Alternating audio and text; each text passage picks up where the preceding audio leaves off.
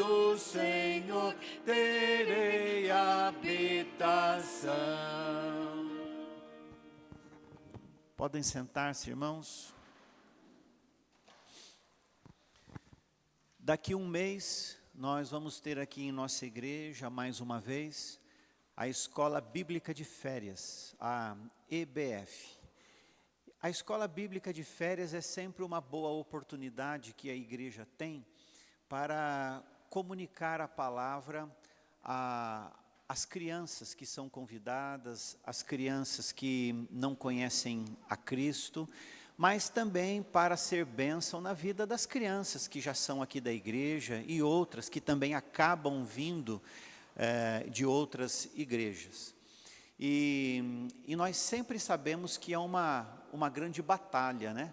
Sempre quando há um projeto desse porte ou um trabalho desse porte, então sempre existem algumas lutas, algumas dificuldades. Eu gostaria que nós estivéssemos em oração pela Escola Bíblica de Férias.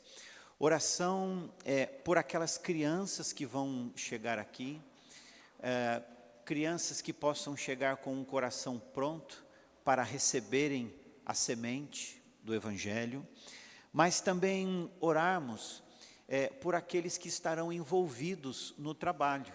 São porteiros, são professores, auxiliares, são pessoas da cozinha. Gostaria que nós estivéssemos orando por um bom relacionamento, por um bom entrosamento, pelo trabalho que vai ser feito aqui durante os 3 dias. Vamos orar pelas professoras. Sempre há muita luta nessa época com a própria saúde de quem está envolvido, né? São lutas, são batalhas mesmo, né? Então vamos orar nesse sentido. Eu gostaria de pedir à irmã Lourdes, que também vai estar mais uma vez ajudando na Escola Bíblica de Férias, que pudesse orar nesse instante, então, por esse motivo, tá bom?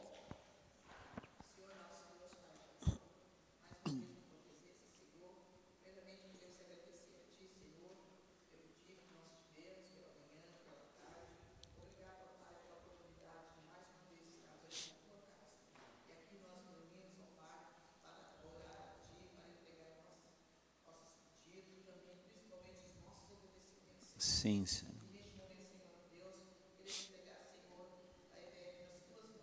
Amém.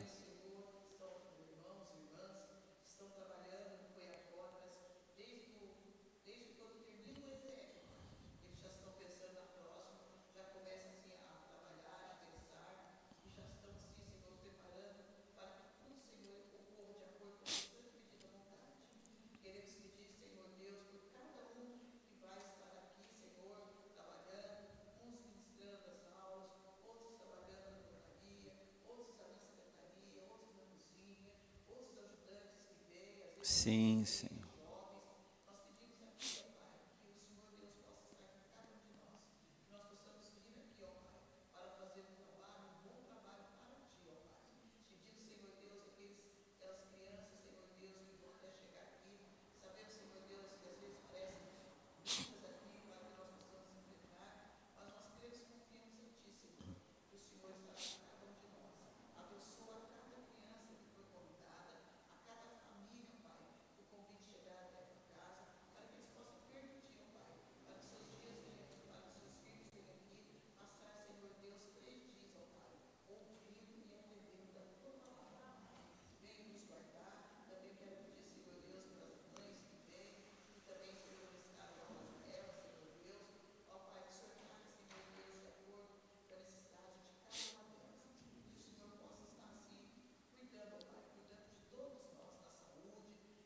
Amém, Senhor.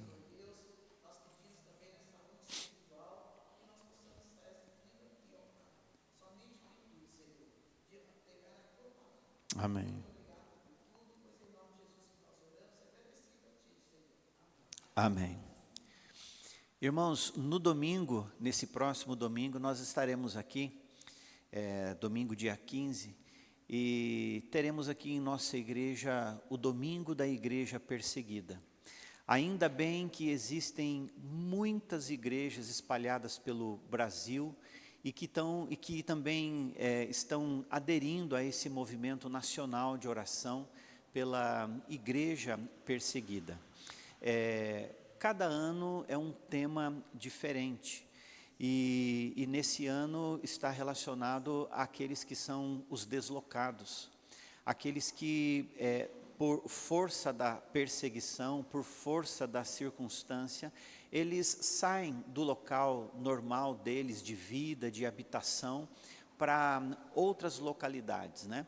Nós certamente nos lembramos dos refugiados, daquelas pessoas que são tiradas da sua própria tenda, da sua própria casa, do seu próprio conforto, e se abrigam de uma forma tão difícil em outros lugares, mas estão ali sendo protegidos. Então, gostaria de lembrar os irmãos que vai ser um momento bem importante de manhã, é um momento de intercessão, é o momento que nós aqui nos unimos aos nossos irmãos para orarmos por eles. Nós sabemos de toda a violência que eles vivenciam, mas eles não são uns coitadinhos não, né? Eles são homens e mulheres que aprenderam a amar tanto o Senhor, que o que eles pedem para nós é: orem por nós, né? Para nós continuarmos aqui firmes no nosso testemunho aqui, porque não é fácil não, mas nós estamos aqui firmes, então orem por nós. Então nós vamos fazer isso. Então venha, participe, e nós nesse momento então vamos orar pela obra missionária no mundo. Vamos orar por aqueles missionários que nós já conhecemos e por aqueles que nós nem conhecemos, mas que ouviram o chamado do Senhor e estão em tantas localidades agora pregando a palavra de Deus. Para que Deus dê a eles forças, para que Deus dê a eles estratégias, para que Deus os proteja, para que Deus dê a eles ousadia cada vez mais para continuar pregando a palavra de Deus, tá bom? Vamos orar nesse momento. Gostaria que o Renato orasse pela obra missionária. Se quiser também, Renato, mencionar alguns nomes que nós conhecemos, né? A Malu, fazendo missões lá no Camboja, mas que viaja, tem tantos projetos acontecendo, né? Tem o nosso irmão Pastor Foguinho com a esposa, mandou mensagem essa semana para nós, falando sobre tantas coisas boas que eles estão fazendo, que Deus está realizando, melhor dizendo, lá na Bósnia. Vamos lembrar desses nossos irmãos. Vamos orar? Amém.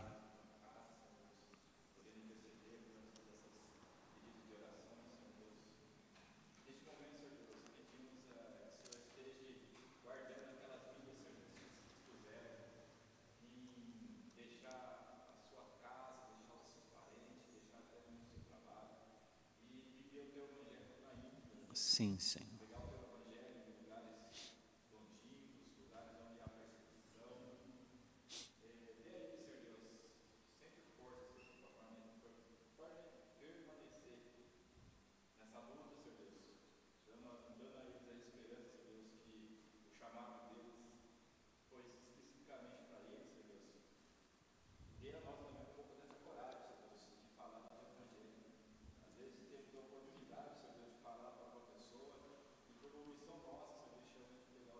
Sim, Deus.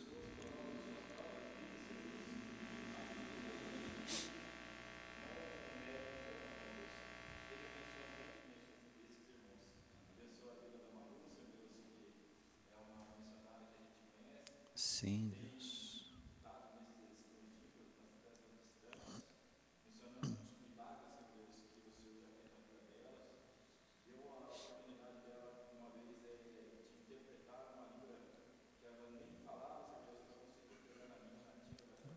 Senhor.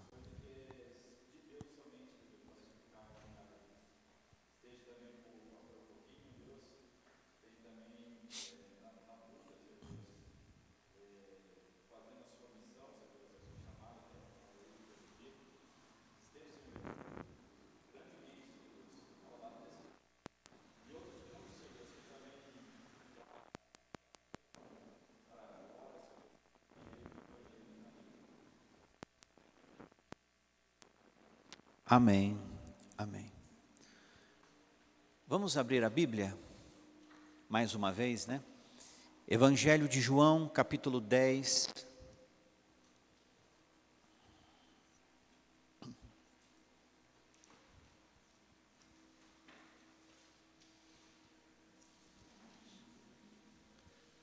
Quero pedir a Raquel que possa projetar aí para mim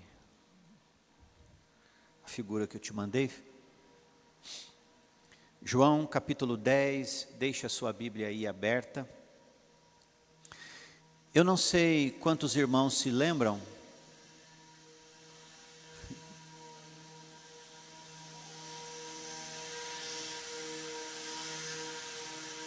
Pronto. É inseticida, irmãos. Não sei quantos irmãos se lembram, mas no mês de abril, nós começamos a falar sobre as 7 revelações que Jesus fez sobre si mesmo no Evangelho de João. Aí depois nós paramos, porque veio maio, o mês da família. Hoje nós vamos retornar então e dar sequência ao nosso estudo até o fim, daqui algumas semanas. Então hoje nós vamos voltar a esse nosso estudo. Quando nós lemos o Evangelho de João, nós percebemos aqui que pelo menos por 7 vezes Jesus usa a expressão eu sou. Quando Jesus ele diz eu sou, ele está revelando algo sobre si mesmo. Ele está falando sobre a sua pessoa. Ele está falando para os ouvintes da época dele, está falando para nós hoje e pessoas de todo o tempo, do motivo pelo qual ele desceu do céu e tomou a forma humana. Quando Jesus diz eu sou, nas 7 vezes que ele fala eu sou, ele está relacionando a revelação de si mesmo ao propósito que o trouxe para esta terra. Jesus ele veio para trazer salvação ao pecador. Ele veio para trazer a redenção, para trazer liberdade àqueles que estavam cativos. Ele mesmo disse, referindo-se a si mesmo, o Filho do Homem veio para buscar e salvar o perdido. Se o próprio Jesus veio para isso e deixou bem certo esta verdade, a igreja jamais pode deixar de pregar isso.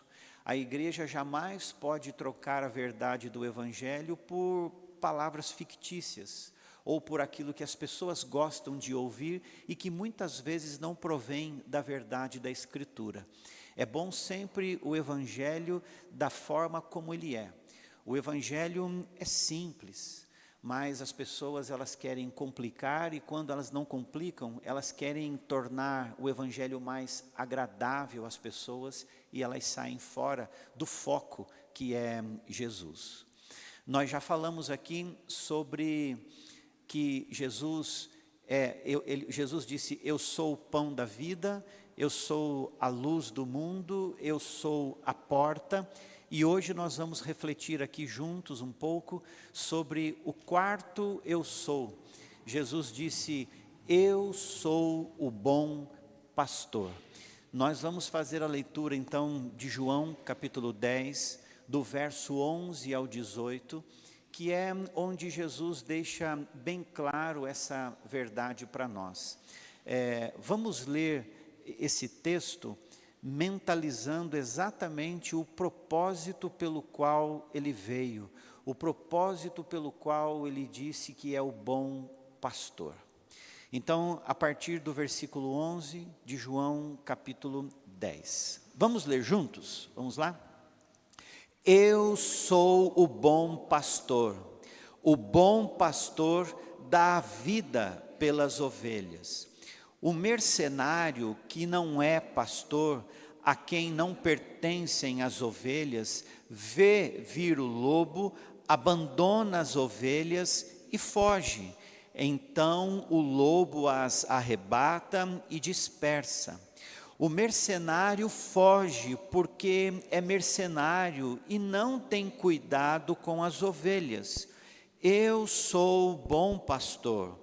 Conheço as minhas ovelhas, elas me conhecem a mim. Assim como o Pai me conhece a mim, eu conheço o Pai e dou a minha vida pelas ovelhas. Ainda tenho outras ovelhas, não deste aprisco. A mim me convém conduzi-las. Elas ouvirão a minha voz, então haverá um rebanho e um pastor. Por isso o Pai me ama, porque eu dou a minha vida para a reassumir. Ninguém a tira de mim, pelo contrário, eu espontaneamente a dou. Tenho autoridade para entregar e também para reavê-la. Este mandato recebi de meu Pai. Que forte tudo isso que nós lemos, não? Maravilhoso. Normalmente, quando nós ouvimos esta expressão, ou quando nós lemos Jesus dizendo, eu sou o bom pastor, dificilmente nós não lembramos do tão querido Salmo 23, não é mesmo?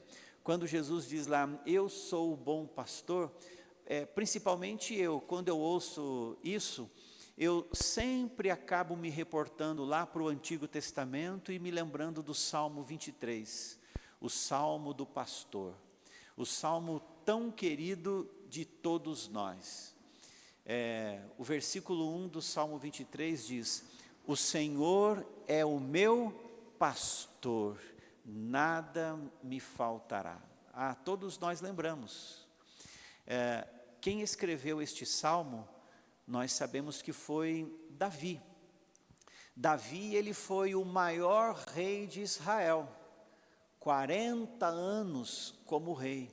Mas antes de ser ungido a rei, ele era pastor de ovelhas. Ele era ainda muito jovem, muito novo, e já cabia a ele essa responsabilidade de ser um humano que cuidava de vários animais, e eram ovelhas, que faziam parte daquele rebanho. Quando Davi escreve este Salmo 23, ele não apenas estava sendo inspirado pelo Senhor, mas ele também estava usando tudo aquilo que ele mesmo, como pastor, conhecia sobre o pastoreio.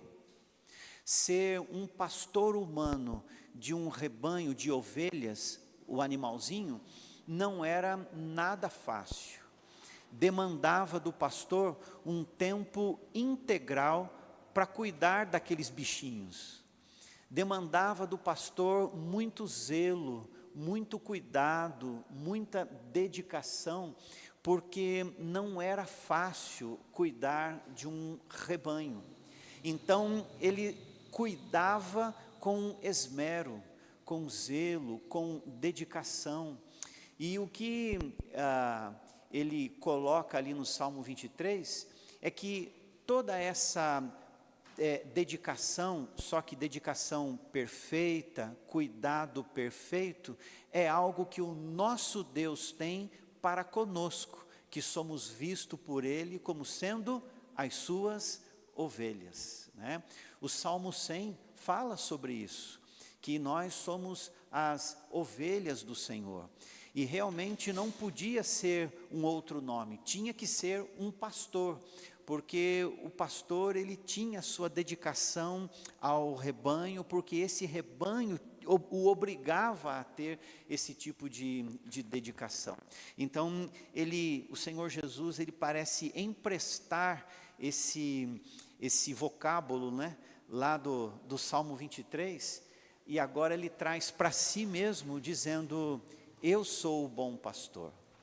Perceba que Jesus, ele não diz apenas que é pastor, mas ele é o bom pastor. Então, isso tem muita significância, principalmente para aqueles que hoje conhecem o Senhor e que precisam dedicar-se a Ele ou entregar-se aos seus cuidados. Então, sempre que nós nos sentimos realmente dependentes dEle, nós nos lembramos que nós temos um bom pastor que cuida de nós. E essa palavra, esse vocábulo pastor, ele realmente é uma palavra muito emblemática na Bíblia toda. olhando para o Novo Testamento, Jesus, ele chama a si mesmo de pastor, eu sou o bom pastor, mas também existem algumas cartas na Bíblia que se referem a Jesus como pastor. A primeira carta que o apóstolo Pedro escreve, ele diz assim: ora, logo que o Supremo Pastor se manifestar, recebereis a imarcessível coroa da glória. 1 Pedro 5,4. Pedro está se referindo aqui a Jesus como Supremo Pastor. E ele diz, quando ele se revelar, quando ele voltar, nós receberemos a imarcessível coroa da glória. A palavra imarcessível aqui é aquilo que não envelhece, que não perde o seu valor. Nós receberemos do próprio Supremo Pastor essa coroa da glória.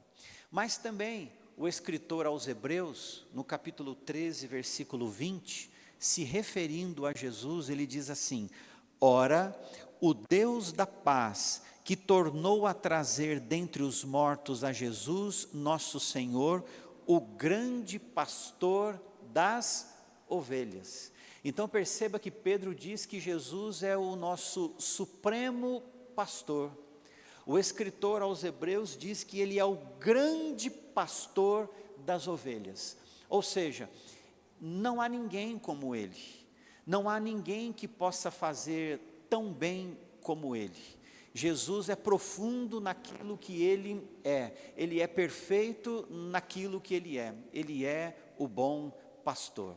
Então veja como que o Novo Testamento, ele confirma o nosso Jesus como sendo este pastor que a nossa alma tanto necessita. E realmente ele é o bom pastor.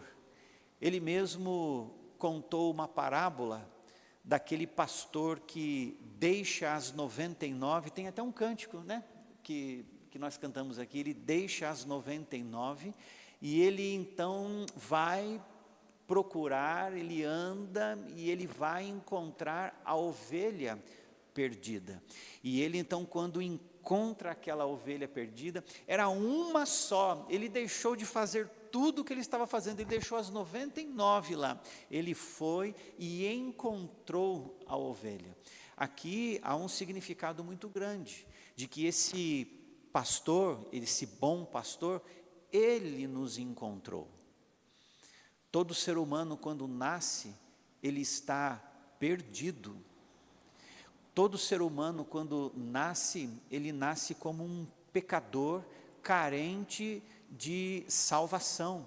E este pastor, ele nos encontra na nossa escuridão, na nossa perdição, ele nos encontra enfermos completamente e espiritualmente falando, e ele vai e nos resgata. E ele então agora nos pastoreia e cuida de nós.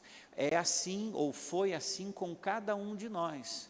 Um dia nós fomos encontrados, tão distantes, num lugar deserto, escuro, vivendo a grande necessidade da nossa alma, e ele nos trouxe para o seu grande rebanho. Hoje fazemos parte da igreja, porque este pastor, ele foi até nós, e ele nos encontrou na nossa perdição. Eu gostaria de mostrar aqui para os irmãos, dentro do texto, pelo menos 2 motivos, pelos quais Jesus diz que ele é o bom pastor. O primeiro motivo é que Jesus é o bom pastor porque ele dá a vida pelas ovelhas. Você percebeu aqui a ênfase que o próprio Jesus deu nisso? Olha só comigo o versículo 11, olha só. Eu sou o bom pastor. O bom pastor, o que ele faz? Está no texto. Dá a vida pelas ovelhas. Olha o versículo 15. Assim como o Pai me conhece a mim, eu o conheço, o Pai, e dou a minha vida pelas ovelhas. Mas não para aí. Olha só o versículo 17. Por isso o Pai me ama, porque eu dou a minha vida para a reassumir. Então não se esqueça que quando Jesus diz que Ele dá a vida pela ovelha para a reassumir, Ele está então falando do seu propósito, do propósito pelo qual Ele desceu do céu e tomou a forma humana. Ele está falando do propósito de redenção, Ele está falando sobre salvação. Quando Ele diz, eu sou o bom pastor, está querendo dizer que Ele é o bom pastor no sentido de cumprir a missão, de realizar o propósito. Ele deu a sua vida, e aqui Ele está falando exatamente de um modo literal. A ênfase é, Ele dá a vida, e por isso Ele é um bom pastor. É o ato de dedicar-se de uma forma tão extrema, a ponto de literalmente dar a sua própria vida. Ele foi para a cruz, mesmo porque não tinha nenhum outro que pudesse fazer isso. Foi Ele quem nos substituiu lá, e foi Ele quem carregou os nossos pecados, e foi exatamente por isso que lá na cruz, Ele disse, Deus meu, por que me desamparaste? Naquele momento, carregando os nossos pecados, e como o pecado causa separação, Ele sentiu que agora Ele havia sido abandonado, mas porque Ele estava carregando os nossos pecados, os pecados do mundo todo. Esse era o propósito. Então, lá Ele deu a sua vida.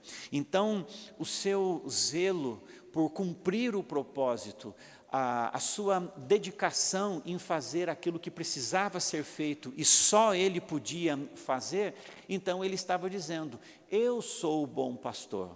A credencial de bom pastor é minha, porque sou eu quem dou a minha vida, literalmente falando, pelas ovelhas. E Ele deu mesmo a sua própria vida.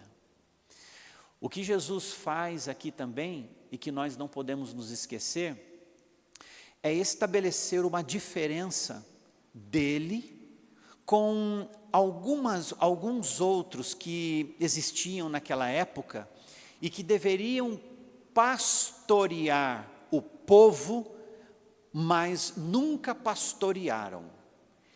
A esses ele chama de mercenários. No versículo 12 e no versículo 13, ele diz, ele tinha dito que ele era o bom pastor.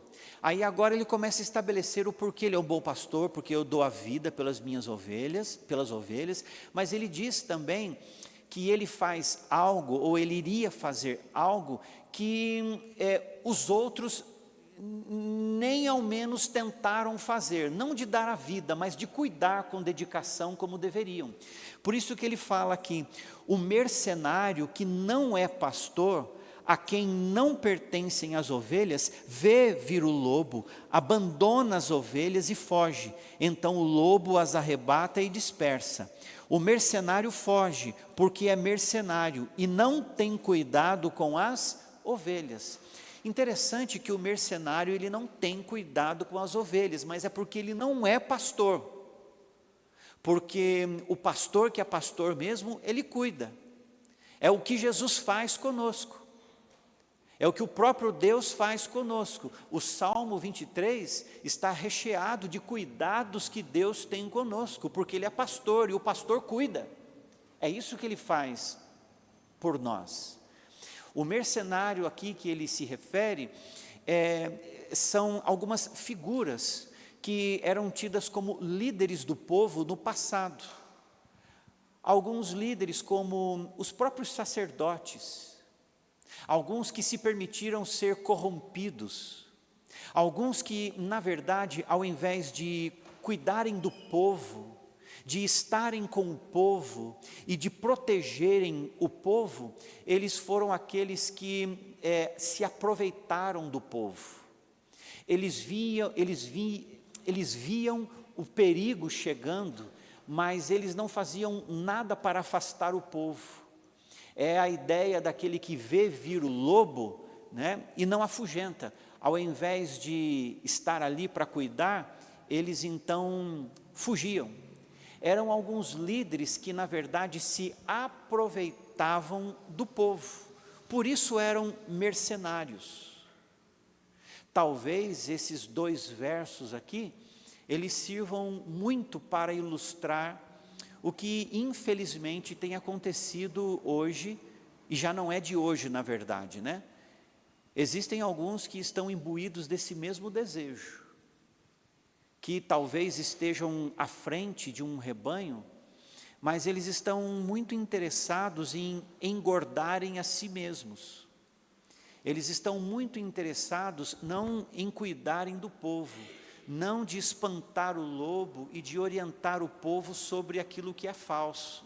Mas eles mesmos estão pregando falsidade e muitas vezes estão se aproveitando da gordura, aproveitando da lã da ovelha, aproveitando daquilo que eles podem tirar para terem proveito.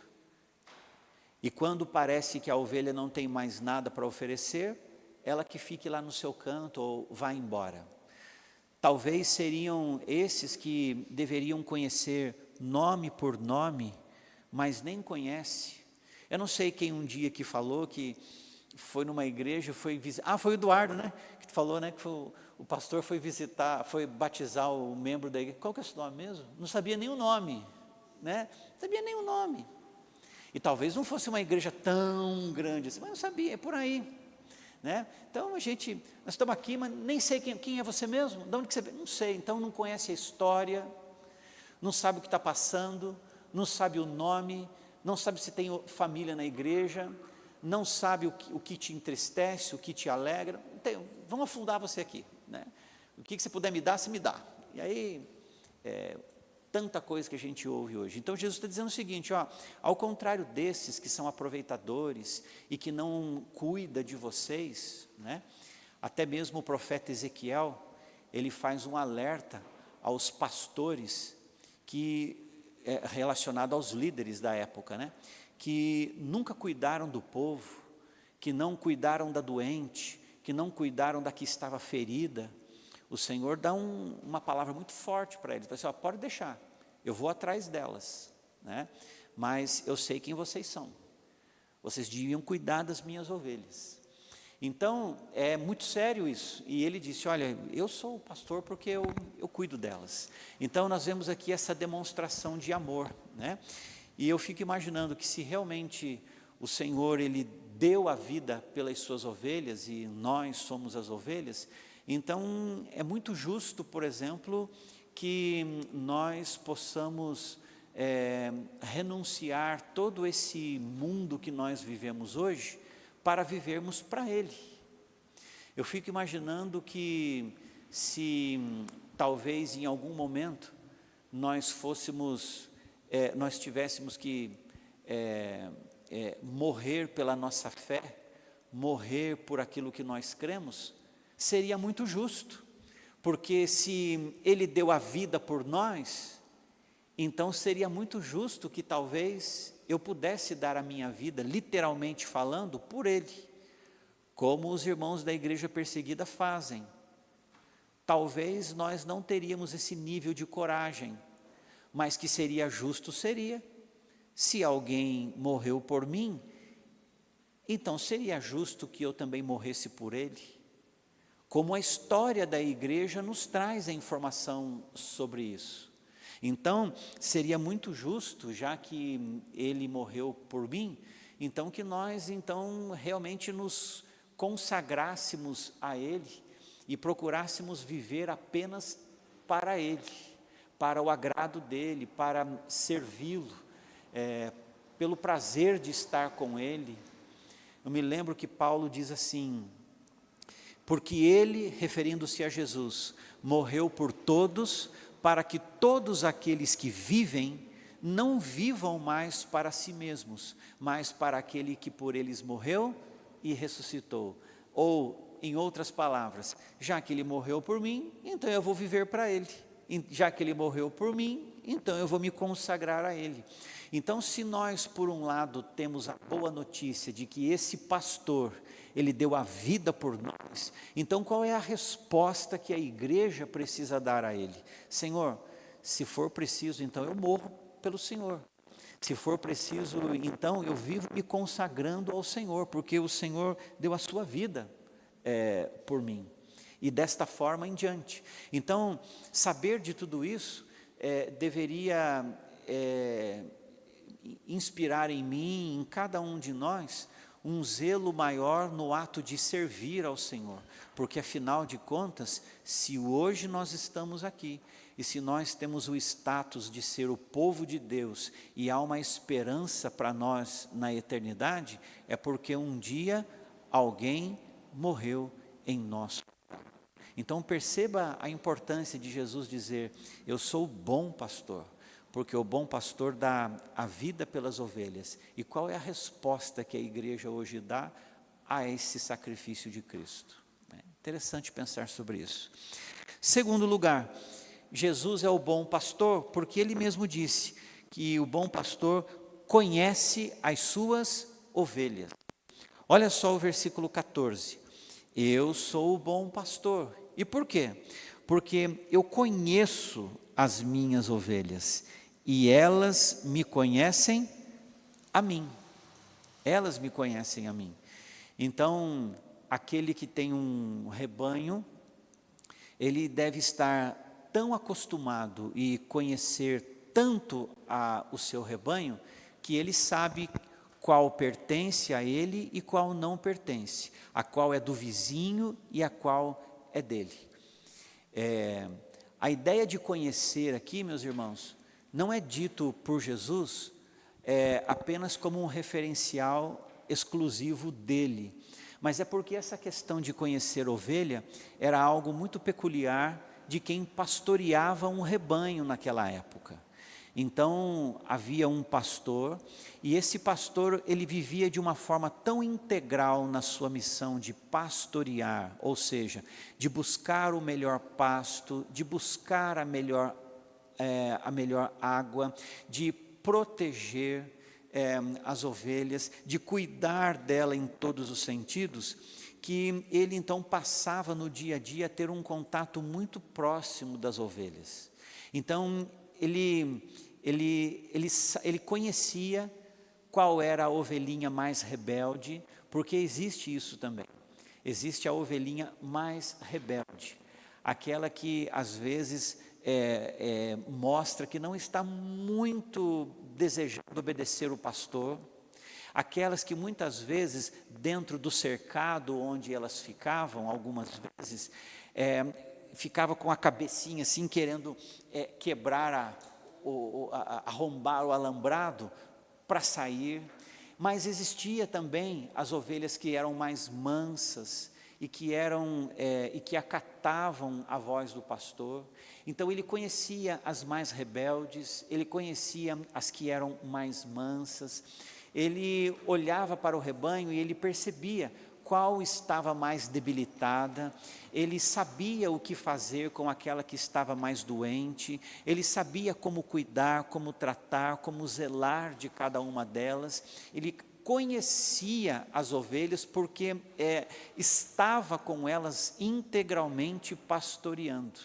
E aqui então Jesus empresta essa qualidade que o pastor humano tinha, e ele diz: eu conheço as minhas ovelhas. Só que quando Jesus diz que ele conhece as ovelhas, ele fala aqui que conhece de uma maneira perfeita, porque, vamos dizer assim, o pastor humano, ele conhecia o animalzinho, a ovelha, por fora. Então, ele sabia quando havia machucado, quando havia ferida, ele percebia e ele ia lá e fazia o que precisava ser feito. Conhecia também a rebelde, né? Agora, o nosso Senhor, ele não apenas nos conhece por fora, ele é o bom pastor porque ele nos conhece plenamente, inteiramente, integralmente. E por ele nos conhecer de uma maneira tão perfeita, ele então é capaz de nos assistir de um modo perfeito a cada uma das nossas necessidades. Não é o fato de que nós estamos aqui para pedir e Ele é obrigado a dar, mas é no fato de que o bom pastor, Ele nos conhece tanto a nossa carência, tanto a nossa necessidade, que Ele então é perfeito, Ele é apto a atender a cada necessidade que nós temos. Então, nós como seres humanos, nós somos complexos. Há uma complexidade no ser humano, e o Senhor conhece isso, e Ele nos atende nisso. Ele é perfeito em cuidar de nós, Ele é perfeito em saber que nós precisamos de paz, Ele é perfeito em saber que nós necessitamos de assistência, de cuidado. Nós não sabemos cuidar de nós como nós pensamos que sabemos. Aliás, a ovelha, ela é um bichinho que realmente ela precisa de um cuidado integral. Ela não tem noção de perigo. Ela anda às vezes por caminhos tortuosos, e é por isso que o pastor, ele tinha lá o cajado, e ele tinha a vara, ele tinha um que espantava o animal que vinha para assustar, para comer, para atacar, mas tinha também o cajado que tirava a ovelha do lugar perigoso onde estava. Então, ele conhecia como lidar com as ovelhas. Assim é o Senhor conosco. Como é bom saber que Ele nos conhece, que Ele conhece cada um de nós. E por saber que Ele conhece, então nós colocamos diante dEle aquilo que é a nossa sofrência, aquilo que é a nossa dificuldade, aquilo que é a nossa luta, aquilo que nós tanto necessitamos, aquilo que nós precisamos de melhoria, aquilo que nós necessitamos. Se Ele é o nosso pastor, Ele nos conhece, então nós podemos confiar em seu amor. Se Ele então é o bom pastor e nos conhece, então nós podemos descansar plenamente nele. Se Ele é o bom pastor e Ele nos conhece, então nós podemos depender da sua providência. Se Ele nos conhece, então nós podemos desfrutar da paz que Ele tem para nos dar e nos trazer na alma. Se Ele é o bom pastor e Ele nos conhece, então nós podemos aguardar com esperança bendita, o nosso lar celestial. Então, veja como é precioso nós sabermos sobre o conhecimento que Ele tem sobre nós, né?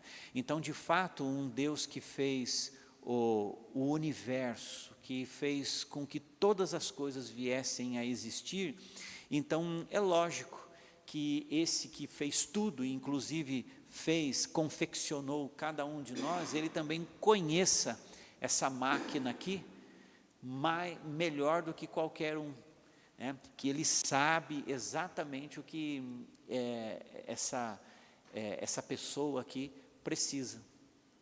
Aliás, falando sobre isso, há alguns anos atrás eu estava lendo um livro, onde o autor, ele falava exatamente isso, né?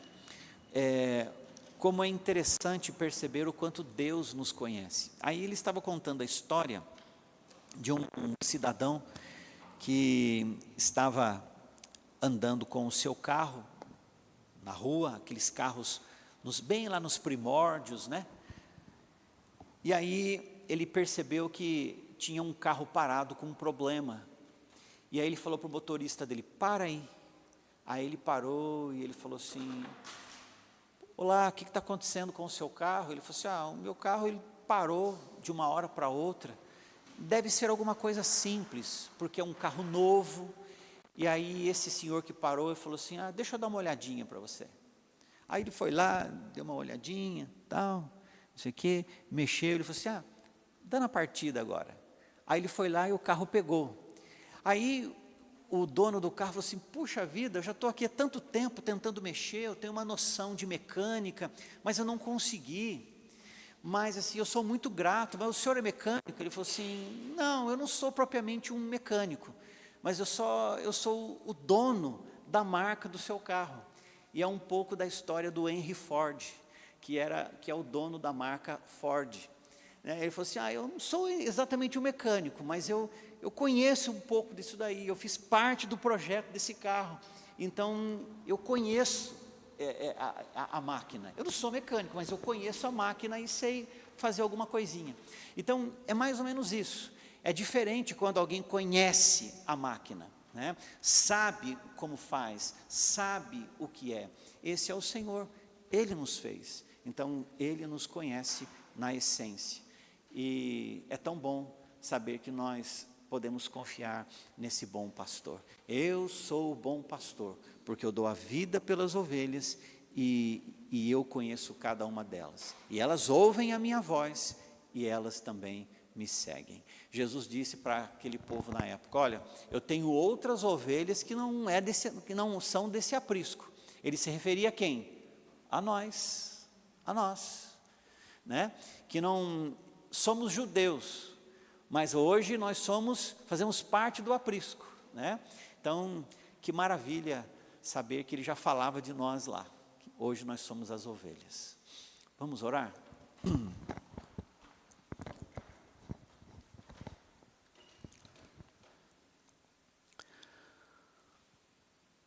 Obrigado, Senhor Deus, por ser o supremo pastor e bispo das nossas almas. Obrigado por ser o nosso pastor e dessa forma ser para nós tudo aquilo que a nossa alma necessita. Obrigado porque o nosso bom pastor um dia entregou a vida em nosso lugar. Obrigado, Senhor Deus, porque o Senhor nos encontrou na nossa perdição, na nossa escuridão, e o Senhor nos trouxe para a luz. Obrigado porque hoje nós não andamos mais em trevas. Obrigado porque hoje há uma esperança em nosso coração. Nós pedimos ao Senhor que nos dê a graça de podermos responder à altura aquilo que o Senhor Jesus fez em nosso lugar. Se Ele deu a sua vida por nós, então é muito mais do que justo que nós possamos nos consagrar ao Senhor para viver para o Senhor, fazendo a Tua vontade, alegrando o Teu coração. Obrigado por nos ensinar mais uma vez sobre o propósito maravilhoso da vinda de Jesus a este mundo. Nós oramos assim agradecidos em nome dele, do nosso pastor. Amém. Amém. Muito bom. Eu gostaria de dar oportunidade aos irmãos agora, para que os irmãos pudessem compartilhar alguns motivos